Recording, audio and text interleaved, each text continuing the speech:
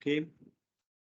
So first Yeah, of all, I would like to welcome Dr. Pradeep Kumar Roy and to this workshop. And thank you, sir, for accepting our invitation and sparing your time. So I got the opportunity to speak about you, as it is very difficult to compile all your achievement, but still I'll try to just mention a few. That the Dr. Roy did BTech and PhD from NIT Rourkela, and after that he joined to industry for 6 years, and where he has gained a lot experience as a deputy manager in R&D. Then he also completed his MBA from Belgium, and after that he returned back. Basically, he started his teaching career from BIT Mesra in 2012, and then joined in 2014 to the Department of Ceramic Engineering, IIT BHU. And right now he's working on the magnetic and ferroelectric ceramics, nanomaterials, refractories, and waste management system. And he has published more than 50 research articles in international journals, and with the impact factor is very high also.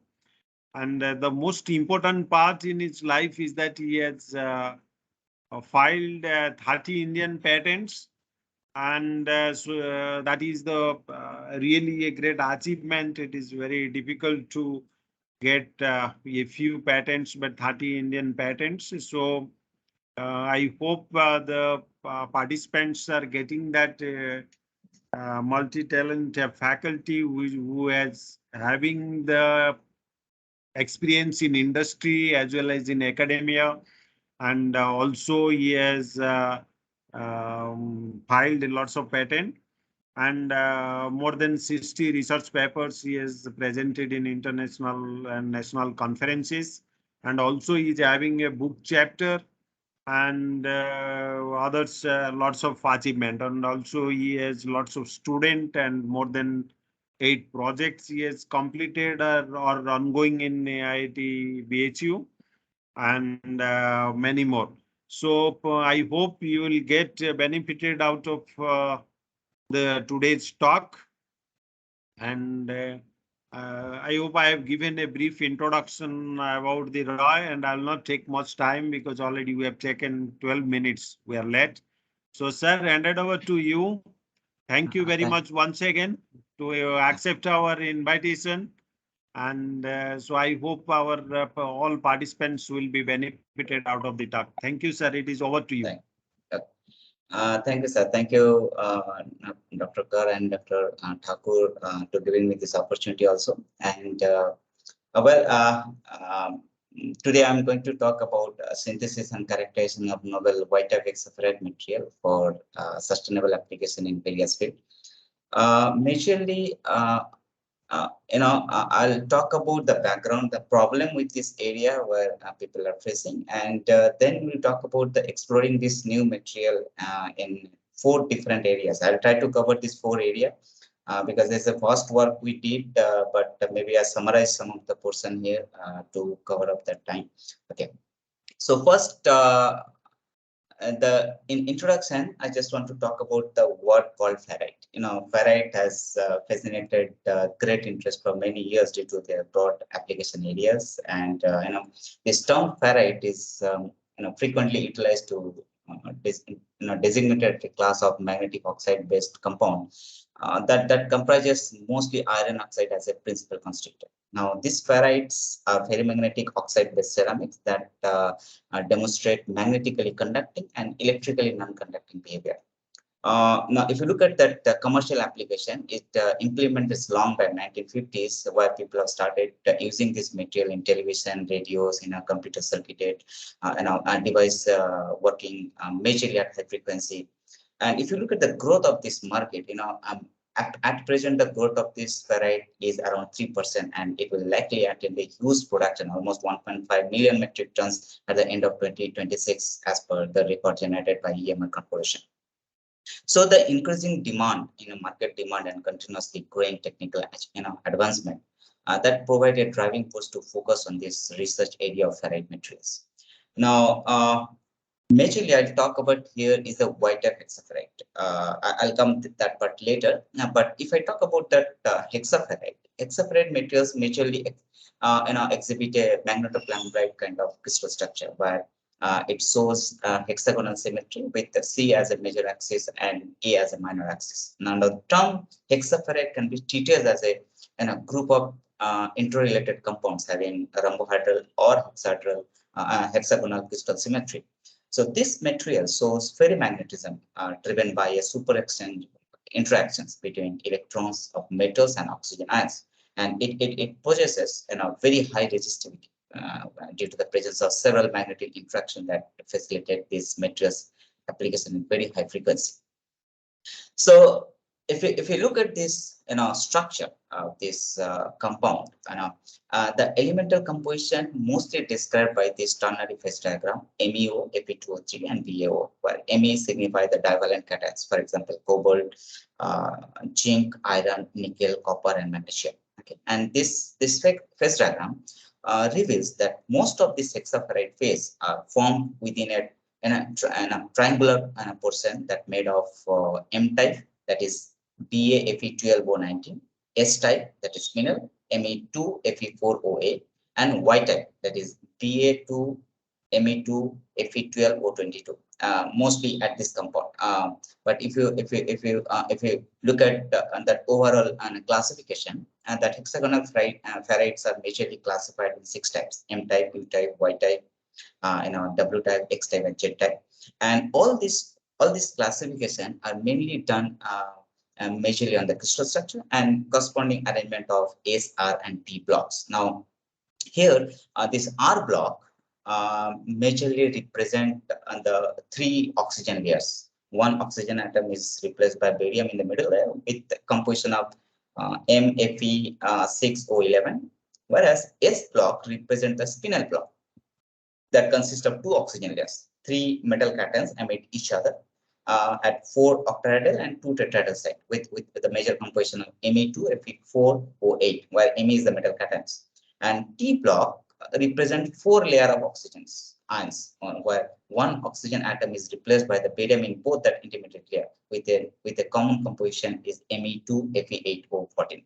So these adjacent layers are mainly affected by the replacement, or as a result, the top and bottom layers disappear to accommodate both the large side barium ions.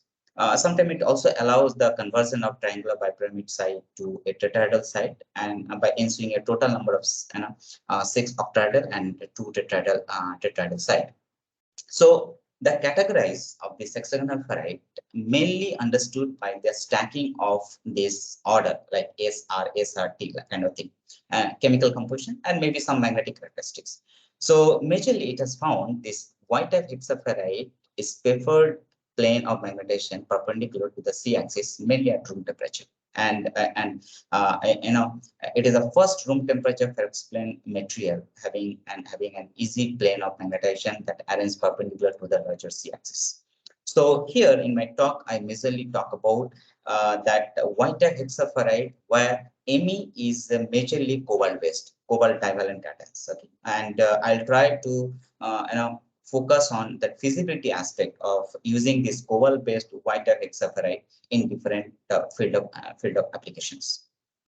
Okay, now if you look at the structure, white type hexaferrite, the single white type hexaferrite unit cell is composed of 3 formula units comprising of order stacking of S and T structural block in a sequence of ST, ST, ST as it is written over here, and this is a continuous process. I mean, this is a continuous repetition, and this shows the magnetic property equivalent to very soft magnetic materials with in-plane magnetic anisotropy. Now here, this cobalt +2 and iron +2 ions that may occupy the total of 6 possible interstitial sites, including 4 octahedral and 2 tetrahedral sites. Okay, and this magnetization within this white type hexaferrite majorly explained as a combination of the separate contribution of both T and S block. Okay, where the single S block comprises 4 octahedral and 2 tetrahedral side cations. This single T block comprises of 6 tetrahedral and 2 tetrahedral magnetic moment, that resulting in net zero magnetic moment. So the total vectorial sum of this magnetic moment, that contribution from S and T block, which majorly provide the overall magnetization of the cobalt-based white-type hexaferrite. And this opposition magnetic spin, which we have seen in the octahedral side in the T block, that is the major responsible for lowering the saturation magnetization value in the white-type hexaferrite. So it shows, or it behaves like a soft ferrite, not as a hard ferrite. Now this cobalt-based barium hexaferrite that may show its a candidacy as a prominent replacement of soft magnetic material. Now, if you look at this hard ferrite application, there are many areas where it is actually explored, like hyperthermia, sensor, then as a catalysis, then microbe absorber, information storage system. But here we'll talk about only 3 major areas: as a catalysis, as a hyperthermia, or as a EMS setting application. And as I said, this if you look at this table, that this white-type hexaferrite almost behave like a soft ferrite, and it shows enhanced magnetic anisotropy, which good in terms of using it within microwave absorption material and also as a hyperthermia agent.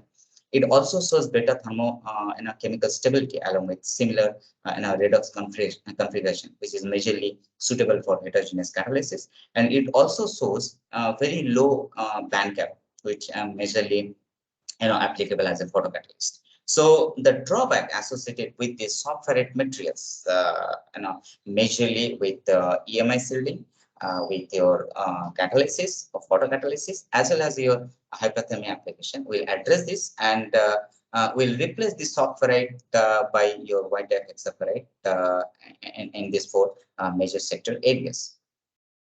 Okay, now you all know that these days almost all the magnetic materials are synthesized through sol gel autocombustion method.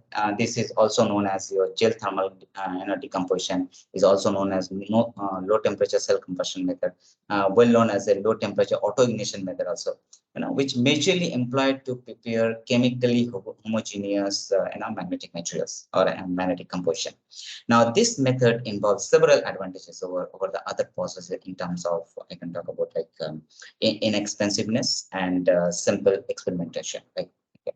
So this method majorly consists of self ignition and thermally encouraged anionic redox reaction, which is majorly exothermic in nature of the gel, which is attended from the drying of an aqueous solution comprising anticipated metal nitrate as an oxidizer, and organic compounds or a chilling agent as a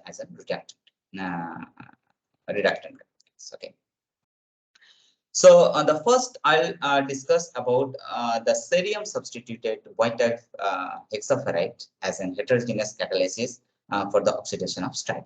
Now, if I talk about first that what are the major issues with the soft ferrite for this oxidation of styrene, the first issue was related with a very poor thermochemical stability, and the second issue, it was like it arises a very poor conversion efficiency.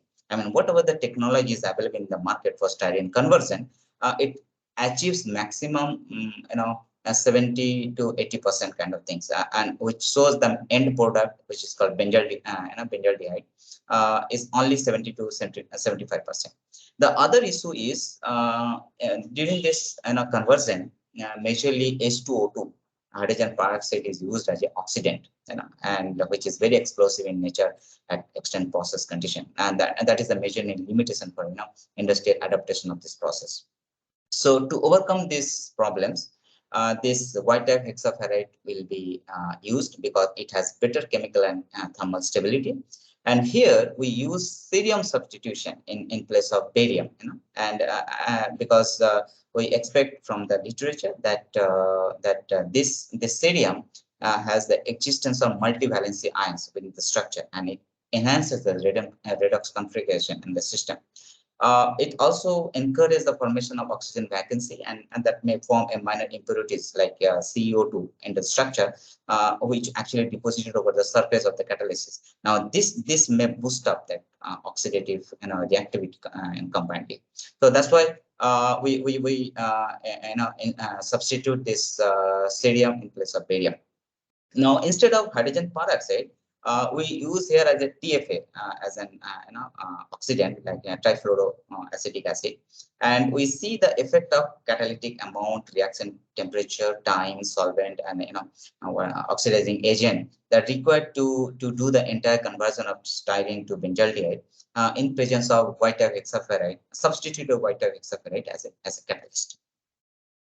So first, we did that XRD analysis, and it found that it shows that single phase white type barium hexaferrite after the calcination, and this cerium substitute sample shows cerium oxide as an impurity, and this peak intensity is gradually increased as we increase the cerium content.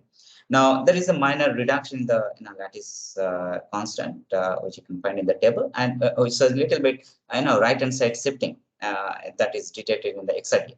So it's basically depicts the replacement of larger barium ions with a smaller cerium ions in the structure. Now, the crystalline size as well as cell volume that also decreases with the cerium substitution, and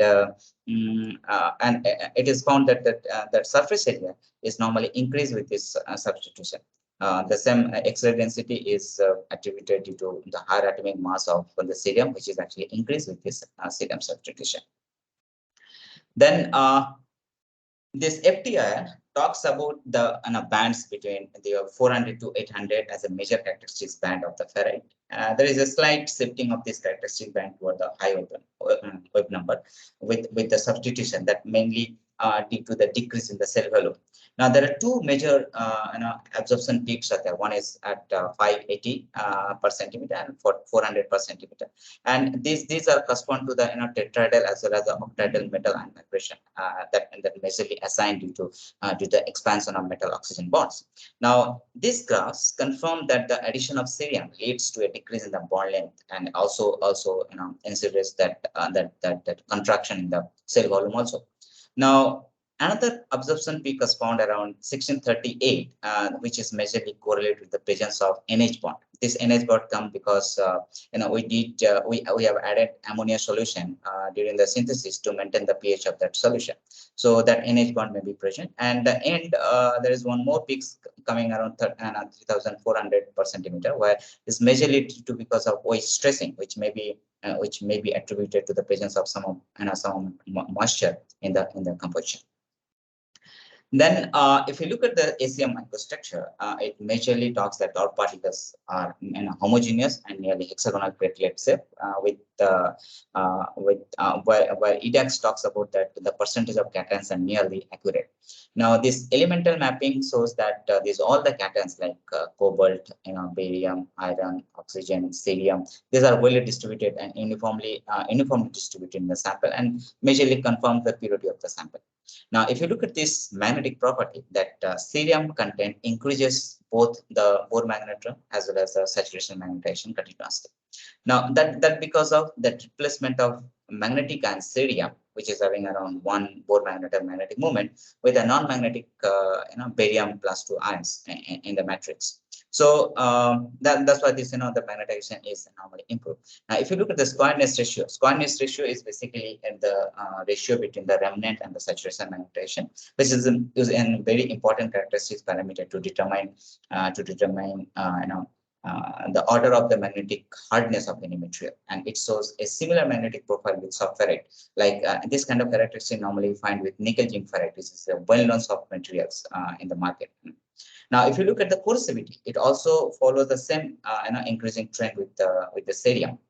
It may be due to because of existence in low spin Fe plus 2 ions along with the very high spin Fe plus 3 ions with the cerium addition that majorly increase the coercive force into that system. Now, apart from these all the powder characteristics we did, now we go for this catalytic activity. Now here, this pure composition, like instead of cerium, we did some model reactions using as a pure composition as a catalysis to evaluate the catalytic efficiency, and that oxidation reactions of styrene is majorly used as a model reaction to evaluate its catalytic activity, and the result in form of as a benzaldehyde. So to confirm the need for this hexafide for selective oxidation of styrene, a blank reaction is conducted under similar condition and the result, like there is no reactions take place in the absence of the catalysis or in presence of this hexagonal ferrite. So to achieve this optimum condition for this reaction, this styrene is studied as a model substrate where TFA is used as an oxidant in presence of various catalytic amount of this white pure barium hexaferrite was used.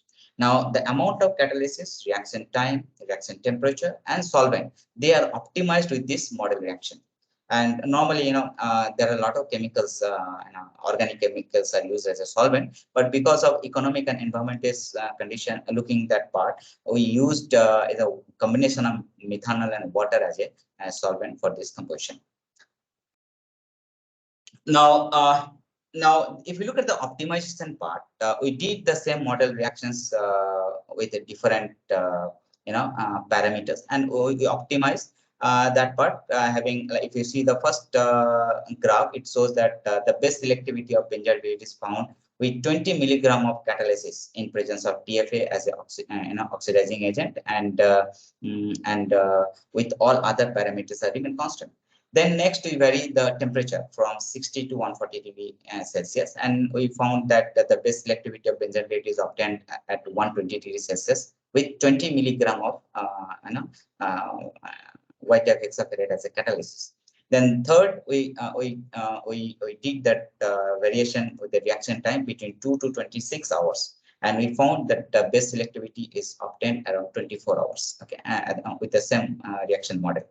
And the last, we found that there is the various combination of water and methanol we have used as a solvent, and the best selectivity you can see with 3:2 ratio, methanol is to water, 3:2 ratio, giving around 66% yield in the composition. Then we did that different kind of oxidizing agent, including your TFA. And we found that the best selectivity of benzaldehyde is found with TFA as an optimized reaction condition. Okay, optimized reaction condition means 20 milligram of catalysis, 120 degrees Celsius, 24 hours holding time. Okay, the last table where we display that the performance of the individual catalysis for benzaldehyde production through styrene oxidation within similar optimized condition. And it shows that the serum substitutes of barium hexaferrite powder having higher performance than the pure barium-based hexaferrite system, and where cerium 0.2 composition shows the best performance with all the optimized condition, yielding around 71%. And if we increase later 0.2 to 0.3, this yield part is gradually decreased, and that because of the increase in crystallized site, which actually reduces the surface area of the composition. So to check that elemental analysis of this composition, we did XPS and found that all these elements like barium, cerium, iron, cobalt, and oxygens are present in the composition. And it is also found that a coexistence of two valency of cobalt and cerium, iron and cerium. Iron is +2 and +3, while cerium is +3 and +4 ions are present. And that causes the formation of oxygen vacancy with the substitution of the cerium ions. Now, this availability of surface oxygen vacancy, which is observed as a supreme reactive site in the catalysis, and then this is the reason. These oxygen vacancies are found to be stimulate the disintegration of water molecules into active OH radicals, which actually provides the opportunity to develop a vigorous catalysis in the presence of water vapor. Then we did reproducibility with the same catalysis for 5 consecutive trials, and we found that there is no such remarkable effects are there. The benzaldehyde conversion, and little bit decrement is there, but this catalysis can be magnetically separable also. So as in summary, I can talk here like this cerium substituted white barium hexaferrite can be replaced by soft ferrite with having high conversion rate with the presence of which can be separable magnetically, and there is no remarkable losses of catalysis activity when actually it is reproduced for 5 consecutive tries. Okay. The next I'll talk about that that lanthanum magnesium substituted white hexaferrite as a micro absorber for EMS application. Now, the major issue with the soft ferrite for this application is first is lower working frequency and very poor environmental stability. And second issue arises with the poor absorbing capability of the material. Okay. Now, to overcome this issue, mainly we're looking for replacing the soft ferrite by lanthanum magnesium substituted white type barium hexaferrite. And here we're using white type because it has superior value magnetic anisotropy along with very good corrosion resistance. And here we used lanthanum because we expect to inhibit the grain growth and enhance the magnetic process. Whereas we introduce magnesium, that basically we're looking to enhance the magnetization and achieve better reflection losses. That is a major two an aspect incorporation this element into this matrix. So if you look at the XRD, it consists of pure phase white type hexaferrite with the rhombohedral crystal structure. There is a slight variation in the position of the peaks due to the substitution concentration, and the intensity of this peak fluctuates to some extent from the reference peak due to the deviation in the preferred orientation of the hexagonal plates. Now, you can also found that increase in the lanthanum and magnesium content, they form lanthanum and magnesium ferrite as an impurities, and this actually increasing the amount content, the substitution content. Now, the smaller ionic radius of lanthanum has been substituted in place of larger ionic radius barium, and magnesium is also replaced by in place of cobalt. So this replacement of barium by lanthanum and cobalt by magnesium majorly create contraction in the image cell. Okay, and these XRD peaks are majorly shifted toward the right angle, towards higher 2 theta values with an increased doping concentration. Okay. And this O2 reduces the lattice parameter as well as the cell volume also. Now, the same trend observed in the crystallite size also, which is actually causes reduction with increase in the concentration, that may be illustrated based on the ionic radius. Then the C/A ratio, which is normally in between around 7.419 to 7.425, which falls in the allowed range of white hexaferrite. Okay. Now, there is a slight increment observed for X equal to 0.5 composition, which may be due to the mixed impact of both dopant as the formation of larger AP+2 ion in the matrix. It is mostly assumed that one lanthanum +3 ions is substituted with one barium +2 ions. So this barium +2 and iron +3, they form lanthanum +3 and iron +2. Okay. So it is basically well recognized that this iron and ionic radius of Fe+3 and Fe+2, they are different. Fe+2 is higher. So in that case, a greater E and C values may be shown due to because of the larger amount of Fe+2 ions in the matrix. Okay, this FTR spectra reveals that two foremost absorption peaks are there around 400 and 600 for all the composition, and it majorly resembles the metal cation asymmetric stretching vibration behavior at octahedral and tetrahedral lattice site. Now, the low frequency band at 400 per centimeter and high frequency band around 500 to 600 per centimeter. They are actually mutual depiction of spinel ferrite structure, and in hexagonal system, these bands are actually accredited to catalytic vibration that exists in the spinel block in the white hexaferrite. Now, these absorption peaks associated with the tetrahedral site has a higher order number, that corresponding to the octahedral peaks due to because of shorter bond length. And this addition of dopant or substitution that majorly shifts toward the higher order number. Okay, and this steady shift of this band towards this right side can be accompanied by the replacement of the larger cations with the smaller cations, which actually describe the contraction of the image cell. Then after higher concentration, it follows slight shifting towards the lower wave number, which is actually confirm the volumetric expansion of the unit cell, as we have seen in the XRD also. Next, this ACM, this table shows that this percentage porosity is increasing with the substitution. That may be due to because addition of this magnesium plus 2 ions, which actually decreases that X-ray density, and that causes maybe various distortion in the structure with the dissimilarity of the ionic radius of the host and the dopant ions.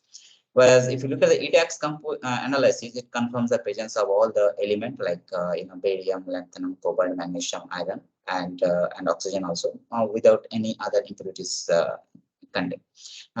ACM shows that this substituted samples shows nearly hexagonal gain shape with enhanced porosity up to x equal to 0.1. But when this content is increased, like x equal to 0.2 to x into 0.5, this shows a duplex grain structure with a wide grain size distribution. That may be due to because of formation of the small impurity phases like lanthanum and magnesium ferrite near that grain boundary. Mostly the average grain size found around 1 to 2 micrometer, which is majorly in decreasing trend. Okay, now this decreasing grain size can be explained by the dominating role of this lanthanum amount or the presence of the secondary phases, which acts as a grain growth inhibitor and deter the grain boundary movement kind of thing.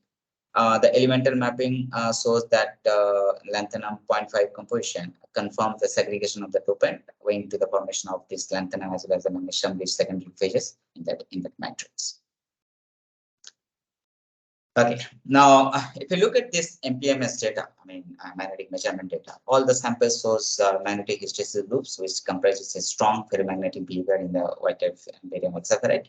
Now, the value of saturation magnetization mostly decreases continuously in the substitution, and this magnetization phenomena can be explained based on several factors. For example, interaction of superexcitation strength, maybe because of the phenomena of spin canting, maybe the magnetic dilution of valence state charge of Fe+3 ion into the Fe+2 ions. Fe+3 is a high spin to Fe+2 is a low spin.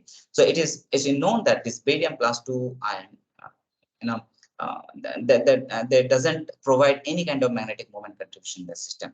So the magnetization that belongs to that uncompensated ferric ions only. So with the substitutions of this lanthanum in the system, some of the +3 Fe+3 ions convert into Fe+2 ions to make charge neutrality, and that lower superexcitation interaction that majorly happens from Fe+3O, Fe+3 to Fe+3O, Fe+2, and result in the reduction of the magnetization. And this can be also explained on behalf of the replacement of the cobalt also, because cobalt has a little bit high magnetic moment, whereas the non-magnetic magnesium is not at all contribution in the magnetic property. Okay. It may be also because of the secondary phases also. The secondary phase also some magnetic moment which actually lowered that MS value in the system. But if you look at this remnant magnetization, it actually follow the similar trend of the saturation magnetization. But the remnant magnetization of hard ferrite material depends on sample density, elemental chemistry, your orientation of the applied magnetic field.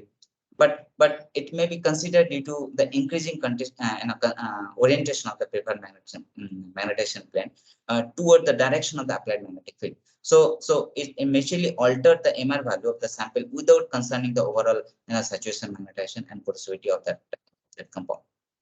Now, if you look at that squareness ratio, that normally lies between 0.05 to 0.5.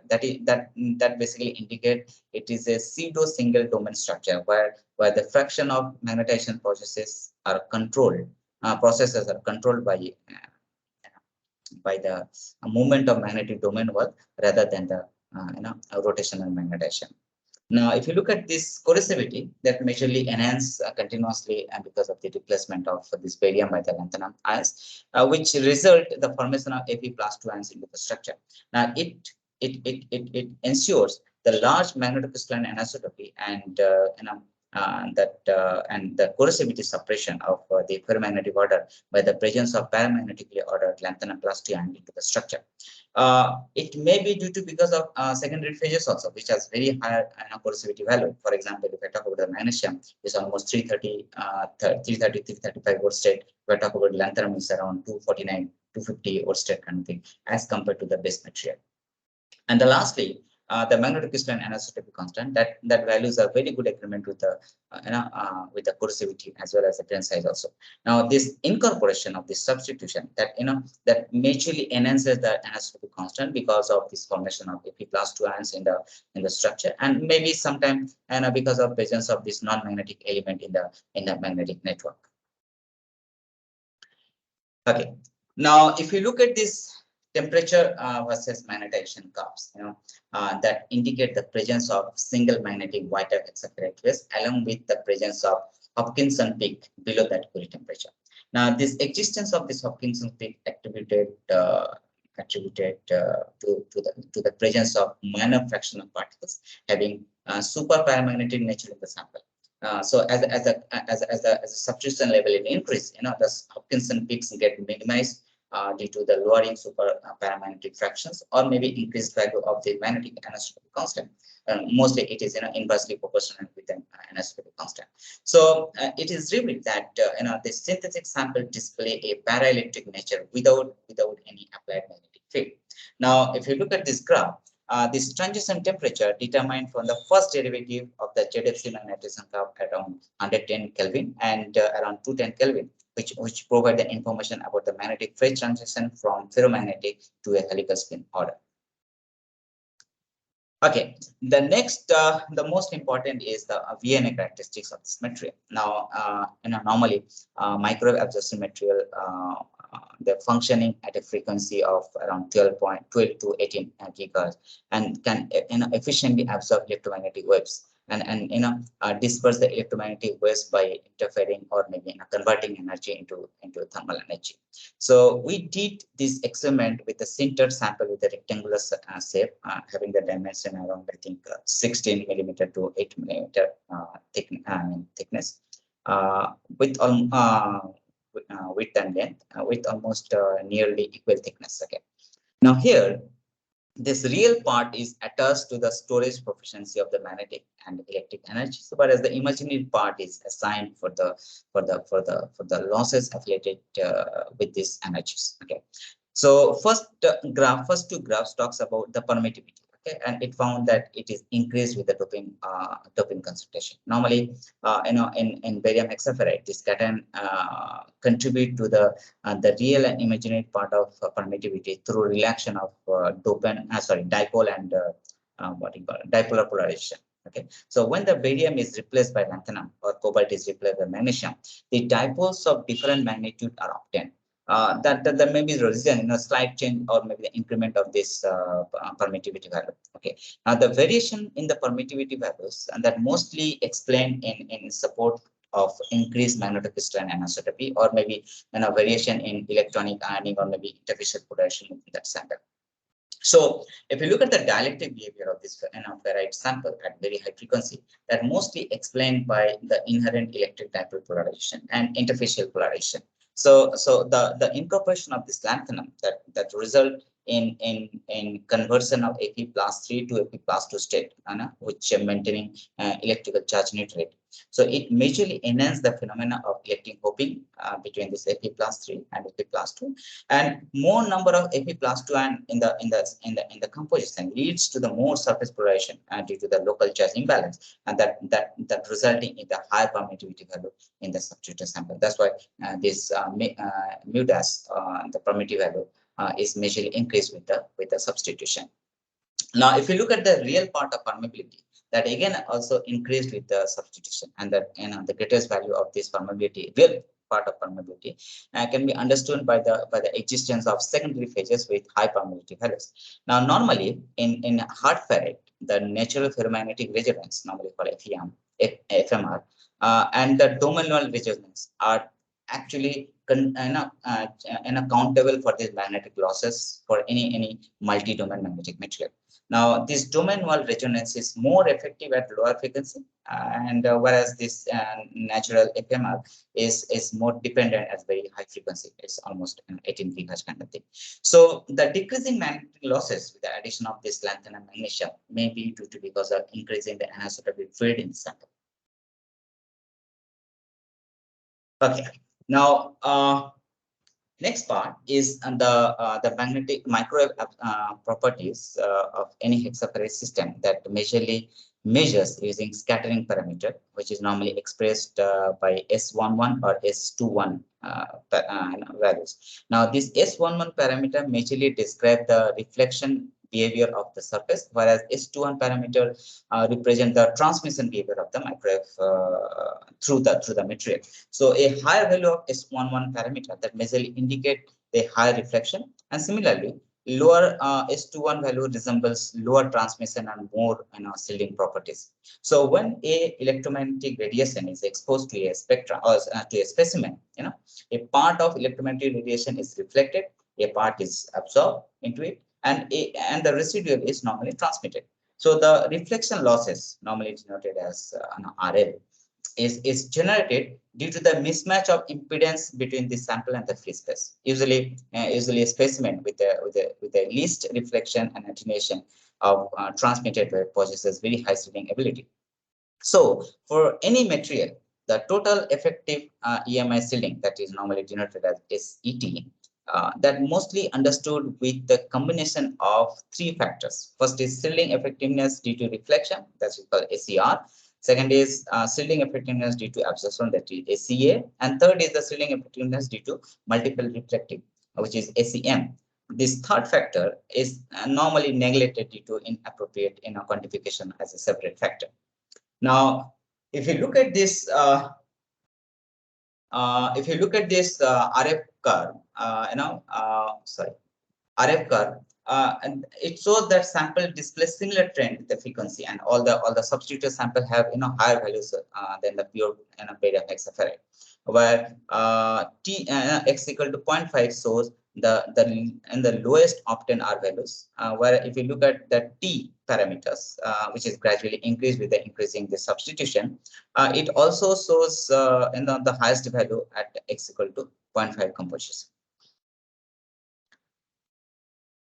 Now, these figures actually talks about the frequency dependent behavior of reflective shielding effectiveness, and that is called SER, absorptive shielding effectiveness SEA, total shielding effectiveness SET, attenuation coefficient, and AC conductivity, finally reflection losses of sintered ferrite sample. Okay. Now, this result suggests that the absorption mechanism that dominate the total shielding efficiency compared to the reflection, and this resonant behavior of any absorptive shielding effectiveness may be due to because of electronic motion among the dipoles within applying electromagnetic field. So as the frequency increases, it induces the extrapolarization, which results in enrichment in the absorption attenuation. So the increased trend of this total shielding efficiency along with the frequency may be due to the presence of porosity in the composition, or maybe the similar AC conductivity behavior. Now, this attenuation coefficient, sometimes also called specific shielding efficiency, is very important parameter, an appropriate parameter to check the suitability of any material for EMI shielding. Now, this coefficient majorly defines the absorptive shielding efficiency per unit thickness, where the attenuation coefficient increases with frequency, and this doping concentration that majorly enhances the specific shielding efficiency continuously. So all these sample that show very good reflection losses between -2 to -10 dB within the normally scan frequency rate, and this 0.5 composition shows the best value of reflection losses around -10.7 dB. So this composition can absorb 90% of incident microwave in a particular frequency range, and this enhancement of this reflection losses performance can be described due to the increase in porosity, and mostly as the porosity is increased, the microwave can penetrate more effectively due to fewer direct reflection on the surface of the substituted barium hexaferrite. Okay. So as an conclusion, I can talk about that this substituted ferrite can be synthesized by solid autocombustion method, and majorly the saturation magnetism decrease, whereas the coercivity is increased with this substitution. And this shielding effectiveness for x equal to 0.5 composition shows the better refraction losses minus 10 dB in the K band frequency range. Okay, the next part majorly talk about the chromium substituted as a biocompatible hyperthermia application. Now, again, the major issue with the soft ferrite is the first one is associated with very poor biocompatibility and thermochemical stability. And second is it majorly arises with the poor heating capability capability of the material. So here we thought to replace this soft material by this white hexaferrite. Here we used chromium as a substitution element and that we expect to enhance the magnetic anisotropy. So the increase in magnetic anisotropy majorly results in very large value of specific absorption rate or maybe heating capability for any ferrite system. So when you go for this biocompatibility study, majorly this ferrite sample were coated with oleic acid to achieve a well dispersed ferrofluid. And these samples are very superior. The samples shows very superior SAR as well as intrinsic power losses, normally called IPL performance. And after getting this well modified parameters, these samples were further analyzed its biocompatibility performance with MG63 cell lines in reference to the control. Now, this bio study was done by one of my colleagues in my department, and compatibility part also analyzed by him only. Okay. Now, if you look at this XRD, it shows that the formation of single phase in a substituted sample and confirms as successfully substitution of chromium at Fe site. This substitution majorly decreases the crystalline size along with the lattice parameter and unit cell volume. That majorly because of the larger cation Fe plus 3 ions is replaced by smaller cation Cr plus 3.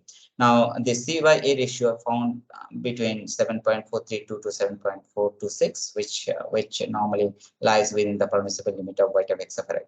Now, the negative strain that majorly depicts that unit cell construction, which keeps growing continuously with increasing chromium content into the system. Okay, and this FER majorly talks about the presence of two foremost band near 399 and 543 per centimeter, which majorly confirms the presence of characteristic intrinsic metal cation vibration positioned at mostly at octahedral and tetrahedral spaces. So, especially in case of white hexaferrite, this characteristics may be associated with the cationic vibration in the spinel block, and this characteristic band slightly shifted towards the higher number with an increasing of chromium concentration. Because chromium ions are little lighter than your iron ions. Now, if you look at this bond length, FeO bond length, this normally minimized by increasing chromium concentration in the structure. Now, there are other few absorption peaks are observed. For example, 488 is for CNO bond, where 1230 is majorly CC bond. 1384 is majorly the CH bond, which majorly present in the composition.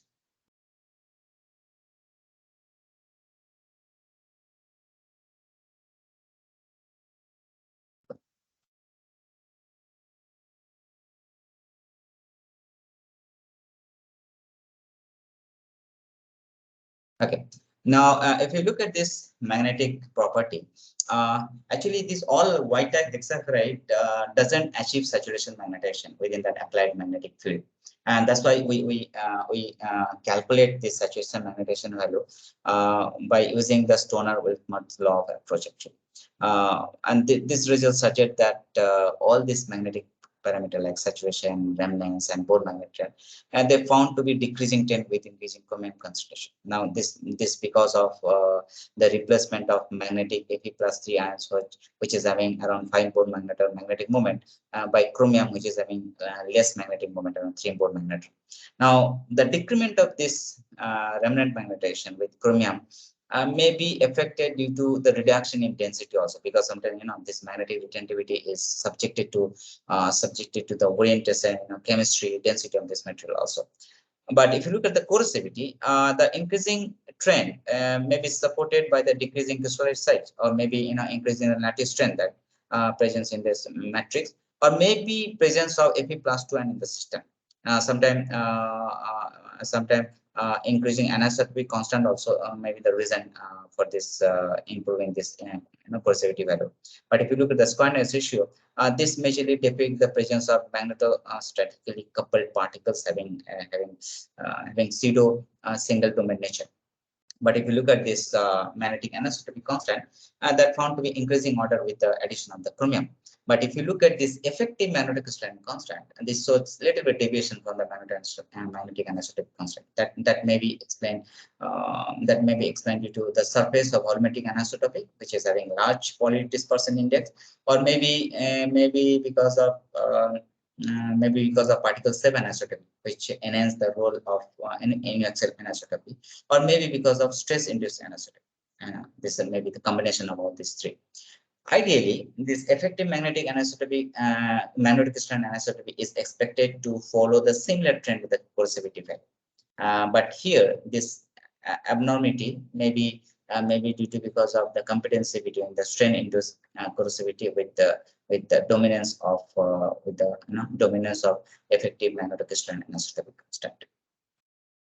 Now, this particle size mostly shown a decreasing trend with increasing the incorporation of chromium into the structure. So normally, this PDI, polydispersion index value, that mostly depict the powder quality with respect to the particle size distribution. Generally, this PDI index measure the degree of non-uniformity within the population based on particle size. So this PDI value varies from 0 for dispersion with monodispersed particle to 1 for a highly polydispersed system. That majorly talks about the multi-particle size populations. Okay.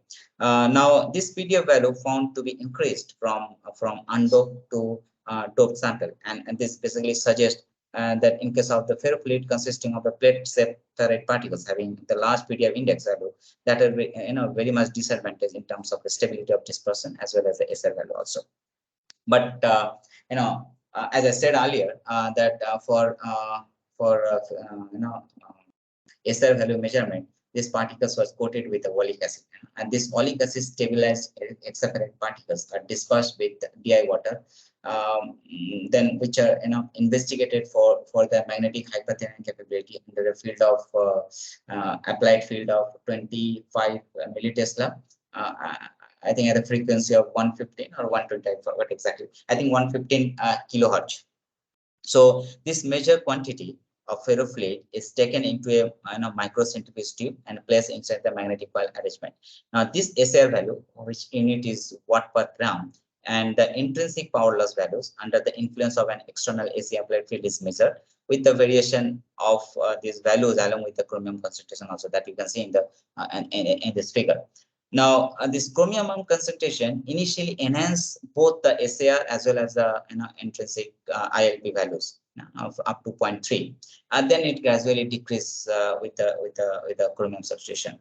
Initially, the enhancement can be correlated with the increased value of the magnetic anisotropy constant as well as the coercivity value below that AC applied field. Normally, this coercivity value should be less than the applied magnetic field. Now, further enhancement of chromium ions that hexafide system normally increase the anisotropy constant value. So the decreasing behavior of SAR after S equal to 0.3, that may be the combined impact of several negative factors. For example, decreasing particle size, reducing the magnetization value, or maybe enhanced value of PDI. Okay, so especially for x equal to 0.5, the coercivity become nearly equal to the maybe the larger than the applied magnetic field, which is actually 24 millitesla, which is almost equivalent to 250 Ørsted. So which hinders the complete reversal of magnetization within the applied field, and that results in lower value of both this SAR as well as ILP parameter. So what we have found is chromium 0.3 composition is giving the maximum SAR and ILP values with enhanced magnetic anisotropy constant, and that significant value, that most significant values of effective magnetic strength anisotropy because of this having high coercivity value. Now this received trend of SAR and ILP for x equal to up to x equal to 3 composition may be because of dominance of increasing anisotropic constant, and after x equal to 0.3, and that may be because of decreasing particle volumes or magnetization value that basically control the SAR and ILP parameters. Now we did the XPS also to see the elemental desired elemental purity aspect, and also we have found that there is a presence of mixed elemental oxidation state both for iron as well as in chromium, which the presence of Fe+2 ions within the sample mostly clarify the transformation of +3 to +2, which majorly explain the enhanced value of coercivity for chromium substitution, and the presence of oxygen vacancy that may be considered as an additional factor for the enhancement of SAR value by developing a higher conductive region that actually maximize the eddy current losses within that applied AC magnetic field. Now, if you look at this microstructure that talks about the particle size, wide range of particle size distribution with nearly hexagonal platelet shape. Now we did time and concentration dependent quantitative analysis, and we found that in vitro biocompatibility with both coated as well as uncoated and oleic acid coated sample in presence of MG63 bacteria cell. MG63 is categorized as a bone cancer based cell line actually, and this selected cell lines upon incubation for 24 hours. They are treated with 4 different concentration, like I think 2, 5, 10, 15 milligram per milliliter. This kind of concentration they are taken both for the undoped as well as the oleic acid coated sample for 3 days, and they observe that optical absorption values, which is a direct representation of living cell viability at a wavelength of around I think 595 nanometer, which is mostly measured. Now they did actually MTT assay analysis, and this graph shows that the comparable viability within all pipette ferrite sample in reference to the control means the undoped samples. Now there is a significant increase in viability which is found in that measurement with an increase in the exposure during all the treated sample. Now this viability mutually suggests that there is a presence of these ferrite particles that doesn't affect the growth of these cells adversely, either mechanically or chemically. So both these coated as well as the uncoated sample, they are cytocompatible, even up to a longer exposure around 72 hours also. So these are very good compatible also. Now if you look at this fluorescence image, this talks about the cell growth and suggests that the proliferation and enhanced adherence of these cells both for coated as well as the uncoated ferrite sample. But interestingly, this uncoated coated sample shows little bit enhancement compared to the uncoated sample. So as in summary, we can talk here like this chromium substituted sample can be synthesized by solid autocombustion method, and the maximum SAR as well as your ILP value observed at chromium 0.3 composition, and this obtained performance of ferrite material can be utilized within MRI cells tracking combined with hypothermia because of this improved SAR and ILP as well as the good biocompatibility and performance. Okay. Lastly, I'll talk about this material where titanium was substituted and it is used as a photocatalysis for wastewater treatment analysis. Here, the major issue with the soft ferrite is first is a very poor chemical stability, and second issue arises with the poor degradation efficiency of the non-biodegradable dye. Majorly, we are talking about here methyl orange. Now here titanium is substituted because from literature we have found that titanium actually reduces and that actually lower the band gap value. Okay, so the capability to absorb the solar spectrum is mostly determined by the band gap value of the ferrite, which is mostly utilized as a photocatalysis. So as the band gap and a band gap energy band gap between that valence and conduction band and narrow, that may provide a wider absorption of the solar spectrum. So it can be used, it can use the visible light more efficiently. Now, this photocatalytic degradation efficiency of hexaferrite system is mostly evaluated by the degradation of methyl orange. And this photocatalytic degradation performance of both doped as well as the undoped sample shows actually doped sample shows the lowest band gap, which is quantified and compared in terms of the apparent rate constant as well as the turnover frequencies value. These are the two parameters which is normally used as a photocatalyst to see that how the efficiency is normally input. Now, again, we did the structural analysis and found that Hexafide pattern confirmed the successful substitution of TI at Hexafide, and the crystallite size are in the range of 64 to 72 nanometer. And this result agree that the substitution of larger cations at the site of the smaller cations by increasing the value of the lattice parameter along with the unit cell volume. Now, this peak shifting is majorly observed to the left side. And because of this ionic radius variation. Now, the crystal axis ratio that also found between 7.429 to 7.421, which is majorly lies within the permissible range of the formation of this white iridium hexaferrite. But if you look at this lattice trend, which is found to be positive, that means volumetric expansion within that unit cell, for all these samples, which keeps rising continuously with increasing the titanium substitution in the matrix. Then we did again FTIR, and we found that the powder consists of two major absorption peaks, one at 400 per centimeter, which correspond to the asymmetric stretching of metal cations at the octahedral side, and the second is 584 per centimeter, which correspond to the asymmetric stretching of metal cation at the tetrahedral side. Now, this substitution of titanium at that RN side mostly allows a slight shifting of this characteristics band towards the higher wave number with increasing the concentration.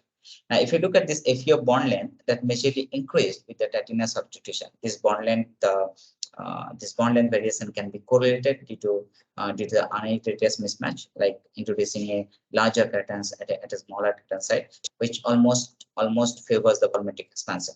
Now, there are other few minor adjustments observed, like FeO, Fe, or maybe cobalt, oxygen, cobalt, that between your 1100 to 1500 is 1500 per centimeter, maybe because of stretching vibration around 1450 to 1550 per centimeter, and NH band, which is again because of this ammonia addition, which is between 1600 to 1640 per centimeter. Now, this peaks around 3440, that majorly attributed to the OH stressing vibration, maybe because of the absorbed moisture content on the surface. Okay.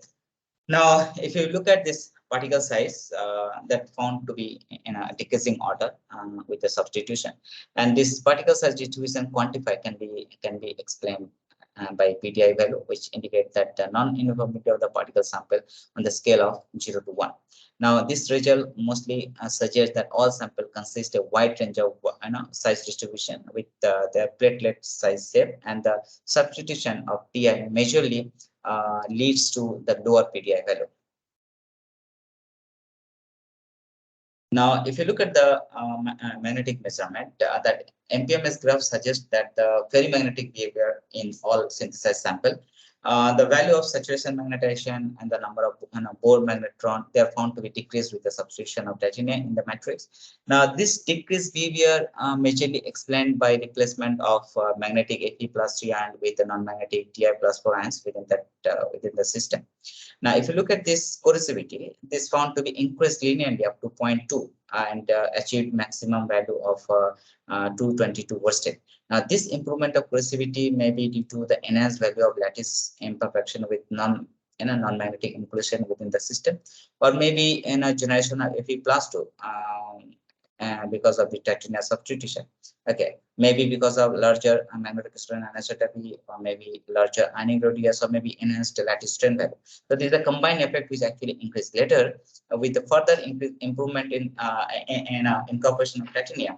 It actually decreases the coercivity value, and that majorly explain that by lowering the anisotropic constant value, or maybe decreasing the average particle size, as we have seen in the previous slide.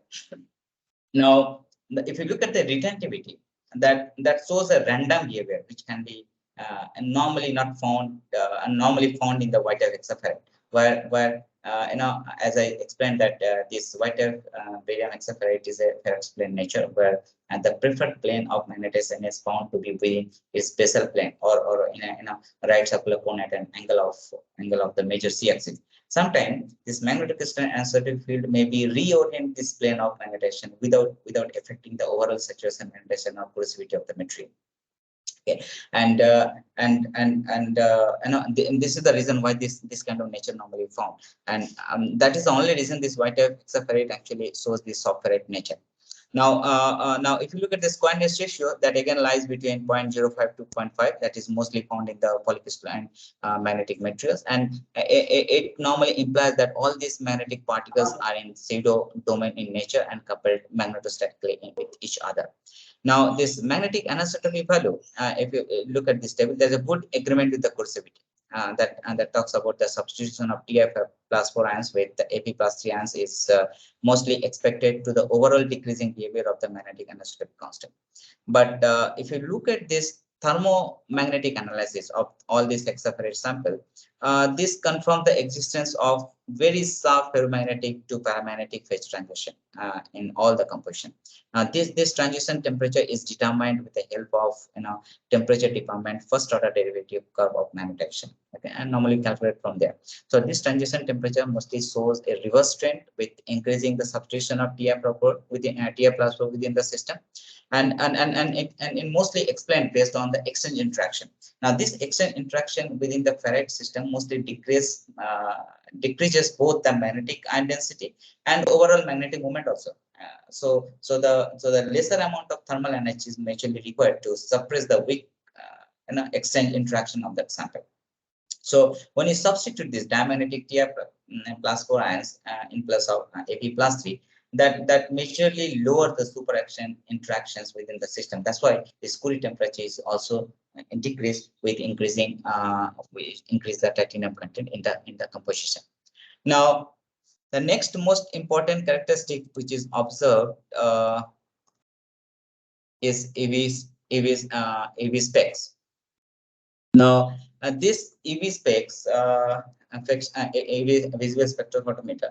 This we did with adsorption absorption spectra within a wavelength of 200 to 1400 nanometer. That clearly signified that enhanced absorption of photons for titanium substituted sample as compared to the pure sample. Okay. Now, if you look at this energy gap, that can be measured either in terms of direct band gap. Direct band gap means measured vertically energy distance, and or indirect band gap, that inclined energy distance. Okay. Now, this energy band gap values for all these hexaferrite sample mostly determined by Torr relationship. Now, this band gap is found to be decreased linearly with the substitution of TF+4 ions. Okay. And the decreasing order mostly people explain on behalf of the structural defects, or maybe enhanced lattice distortion associated with the substitution of a larger cation into the hexaferrite system, or maybe it is associated with the increasing lattice parameter, which actually provide the enhanced interatomic spacing. So the atoms can vibrate with a larger amplitude by utilizing thermal energy. So this atomic vibration mostly allows for lowering the electronic potential and lowering the energy band gap. That's why the band gap energy is decreased. But if you look at the x equal to 0.5 composition, there is a slight enhancement of this band gap, and that may be explained by the dominance of the second factor, for example, quantum confinement with the decreasing particle size.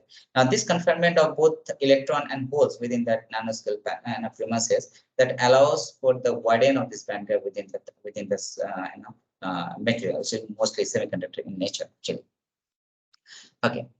Now, next, we did that degradation of this methyl orange in presence of catalysis in absence of catalysis also. So first we did in absence of catalysis, and we found that due to enhanced photon absorption along with lowest band gap energy, this both doped as well as undoped samples are studied for its competitive photocatalytic efficiency within the degradation of a non-biodegradable dye.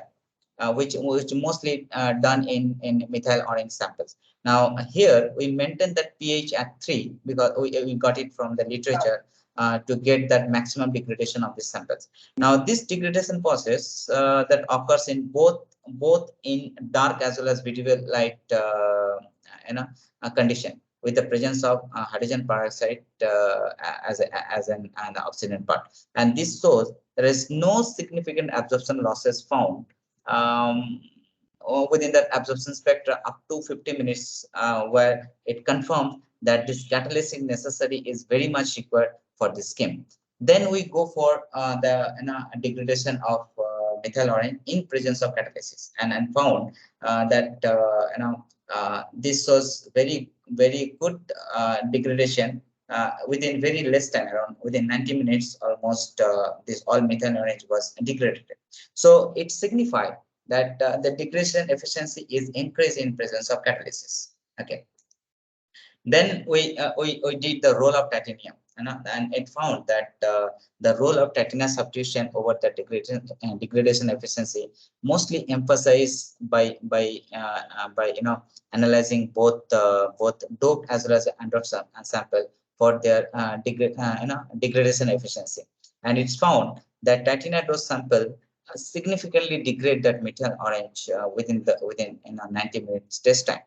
Now, here we did comparative performance of both these catalysis, doped as well as undoped, to analyze based on the degradation rate of this methyl orange, and that mostly described the time-dependent variation of methyl orange concentration at time C with respect to the initial concentration C0, and it found that the quantity, the performance of both these catalysis and the determination of this heterogeneous catalysis kinetics of this methyl orange photodegradation mostly done by a standard LH equation normally called. This is Langmuir-Hansfeld equation, which is mostly used to found the rate of catalysis. Now, this rate is mostly observed, the rate constant value for both this dope as well as the undoped sample is around 2.67 into 10 to the minus 3, and for doped it is 1.9 to 10 to the minus 2 per minute. Now, the most important parameter is apparent turnover frequency, and this turnover frequency is the number of reactant that converted into a product within the presence of the heterogeneous catalysis per unit of time. And this turnover frequency was found for both doped as undoped samples around 7.49 into 10 to the minus 7 and 3.93 into 10 to the minus 6. And this turnover value is very high compared to the soft ferrite values. Okay, and this enhancement or this enrichment of this catalytic activity can be correlated to various factors. For example, enhanced absorption value, lowest band gap value, fine particle size, or maybe because of larger reactive site also. And then we did SEM characteristics and found that these particles have wide range of size distribution with average particle size around 1.3 to 1.5 micrometer, and they mostly consist of very large hexagonal platelet particles along with very small particles that distributed over the surface of this particle.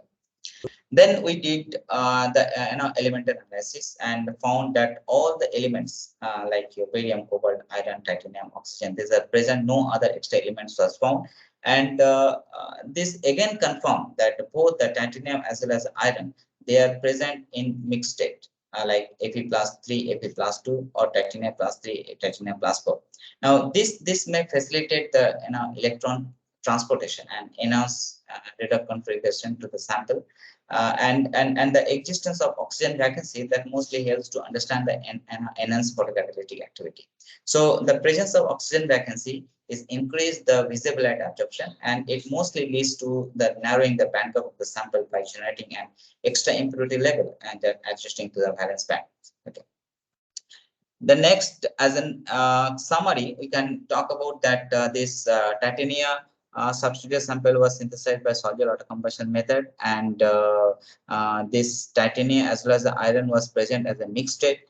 And this result suggests that titanium plus 4 ferrite is mostly utilized as a promising material because of its facial synthesis, enhanced thermal and chemical stability, enhanced apparent rate constant, which mostly used to catalyze the degradation of several non-biodegradable organic compound from wastewater in large-scale industry without any hazardous footprint in the environment.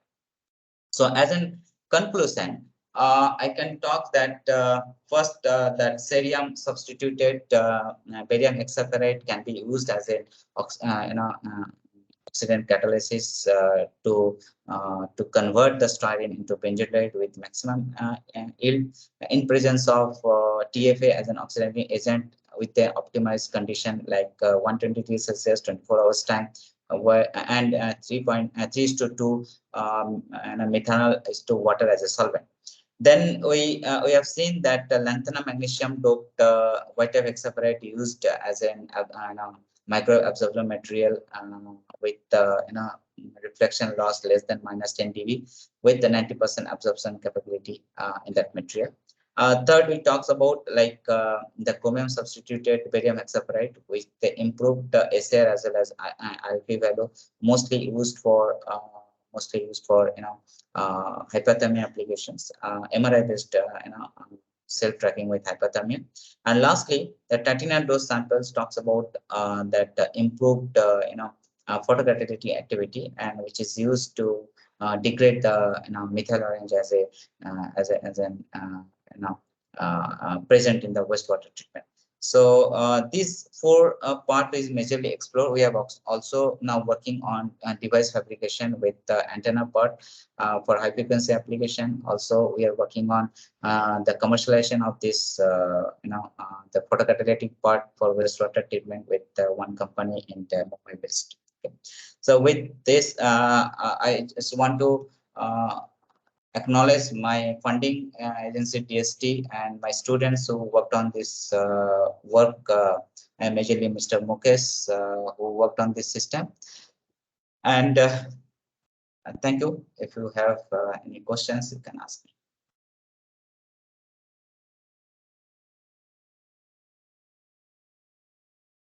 Yeah, thank you, Professor Roy. So, are there questions from the audience side?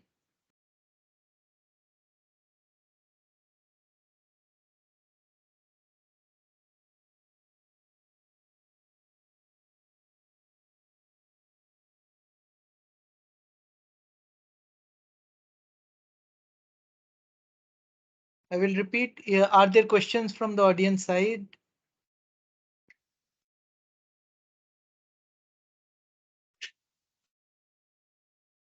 Okay, it is an opportunity for all of you to learn more from Professor Roy. So one of the common question which I was expecting from college teachers from various universities and engineering colleges was about patents, right? Okay. So if, for example, like at least you should be interested to know from a person who has obtained so many patents, like at least how to go about it. So are there questions related to that from the audience? I'm just giving you cues.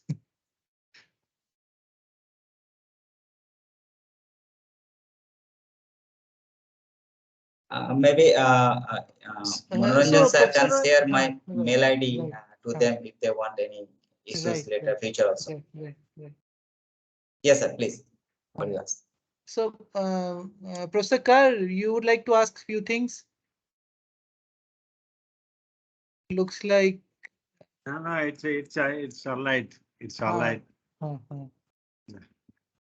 Yeah, so seems everyone is kind of understood most of the things that Professor Roy has conveyed. Yeah. So thank you so much, Professor Roy. Thank you. Like, it has been really kind of you to take out time after a very busy schedule in the day. And so we would like to have you physically here sometime. So Yeah, I was there. I we think look forward to 1-2 months I back. will- I think. right. And Okay. Yeah. So that was the last time Professor Kar organized the FTP yes, with yes, yes, Saurav, yes, right? yes, Yes. yes. So, Okay. can I share this PPT to you, or is it Yeah, required you one? can share. You can send it to any one of us, maybe Yeah, Dr. Kar I'll or send me. Professor Kaur. Yeah, So I'll any send one of Professor Kaur. us you can share. Yes, Yeah. yes. Yeah. And so my request would be that you don't need to send the PPT as it may contain a lot of kind of personal, if we Uh, say, right. that's So true. I what mean, one some can of the do things. what one can Yeah, do is for teaching purposes, because they actually require it for information. So a yeah. PDF may be converted.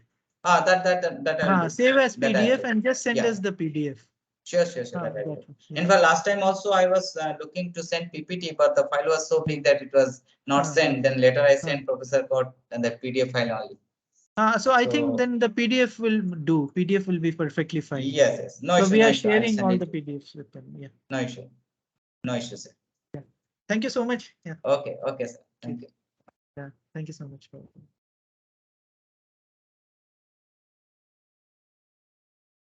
So I request all the FDP participants to fill the form which is already put in the chat.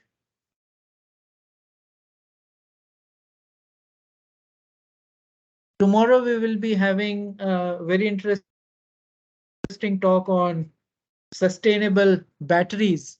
Like, as you know that uh, battery powered vehicles are the future, and not only that, like batteries are going to play important role, right, in lot of our day to day. I'm not sure why people keep asking for the link again and again. It is in the chat. So I hope during 2019 to 2022, people have taught using online mode. So I was expecting more familiarity. Unfortunately, looks like our platform is not very familiar to everyone. So I have pasted it again. So in general, like whenever you are logged in through the link which has been sent to you, you can always click on the chat tab, and then you will find by scrolling the button, like scrolling the bar on the right hand side, you can figure out all the chat messages. Right. Thank you so much.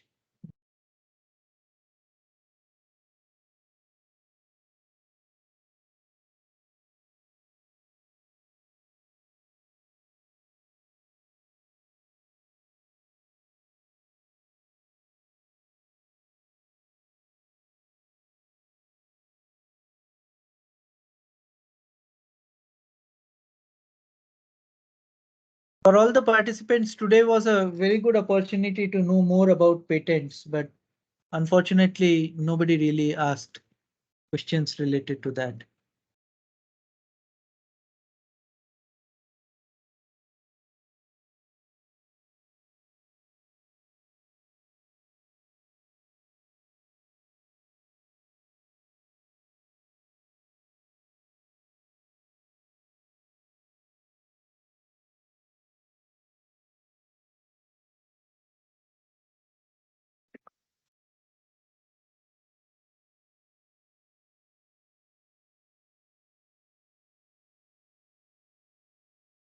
So this message from you, because as a teacher, we are always on the lookout, and we break our flow to attend to if there are messages from people who are listening to us.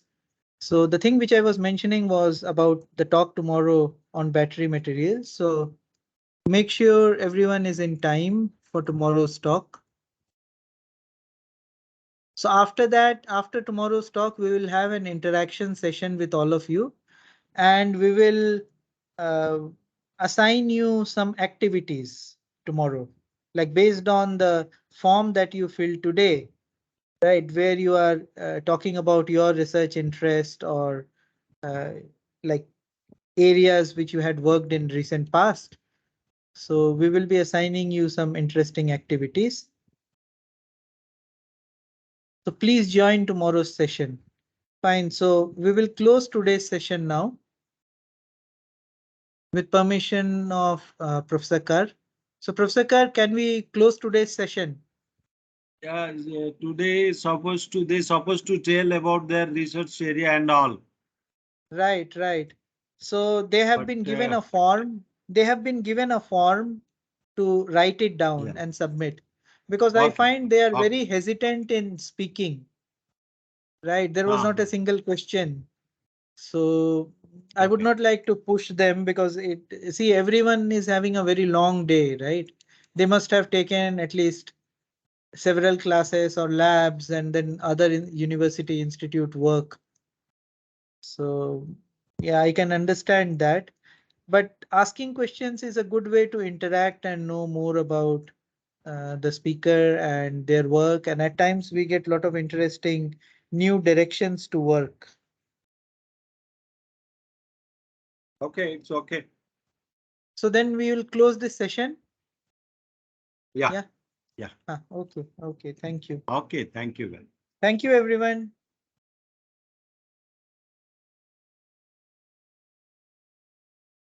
So please fill the form. Right.